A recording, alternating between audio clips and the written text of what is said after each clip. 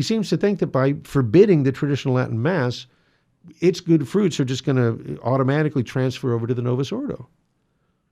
And that goes against the evidence of the past 50 years, of course, and it goes against what I think is clearly a movement of the Holy Ghost. But it also goes right against human nature.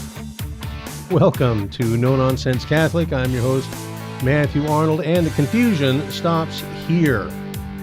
Last Sunday, as per usual, the traditional Latin Mass at my parish was beyond standing room only, with many people, myself included this time around, assisting at Mass outside of the building, listening on loudspeakers. But when communion time comes and the priest goes to the tabernacle and removes a ciborium that is full of hosts that were consecrated at the ordinary form of the Mass, which means that these typical Catholics, the traditional Catholics who assist at the traditional Mass at their diocesan parishes, regularly approach communion knowing that they will receive a host that was consecrated at the Novus Ordo. And since 99% of traditional Catholics believe that Christ is present, body, blood, soul, and divinity in the Blessed Sacrament, compared to the maybe 30% of Novus Ordo Catholics, I say that traditional Catholics take the validity of the Novus Ordo more seriously than our ordinary form brethren. The point is that validity notwithstanding, it is where worship is pleasing to God that the fire falls. And that brings us back to Cain and Abel and the hermeneutic of envy. The fire fell on Abel's offering, but not on Cain's. When Pope Paul VI imposed the new order of the Mass, which, and I will say this once again, you can read the Vatican II document on the liturgy, Sacrosanctum Concilium, until your eyes bleed, and you will not find any mandate for a new order of the Mass. But when Paul VI imposed the Novus Ordo, he made a number of predictions and promises concerning the graces that would flow from this new Mass, which he candidly admitted was both a novelty and a many-sided inconvenience, his words, not mine.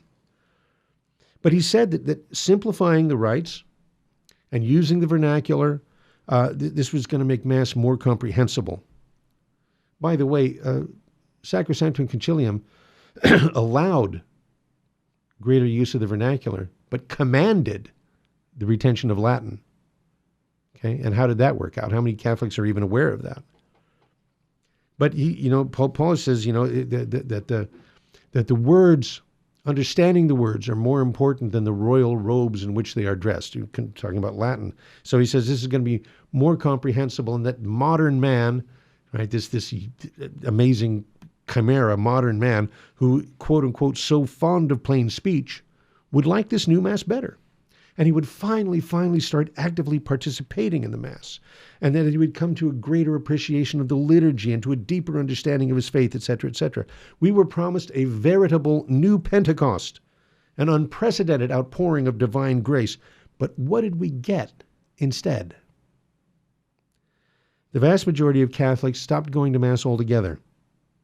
Vocations to the priesthood and the religious life are in free fall. Just between 1965 and the turn of the century, 2002, there was a 50% decline in baptisms and Catholic weddings. Parish schools and parish churches closing all over the country and all over the world. And a majority of Catholics who no longer believe in the real presence of Christ in the Eucharist, but use contraception and get divorced and remarried at a rate consistent with the secular culture. Now compare that to Catholics who are rediscovering the traditional Latin Mass, who at the same time, because liturgy expresses doctrine, they're rediscovering the faith of their fathers. The traditional Catholics who, at our parishes, I reside in Orange County. And the parish there, the people that assist at the traditional Latin Mass look just like the population. They're every nationality, they're every color. They're people that speak various languages that all go to this one Mass because it's in Latin.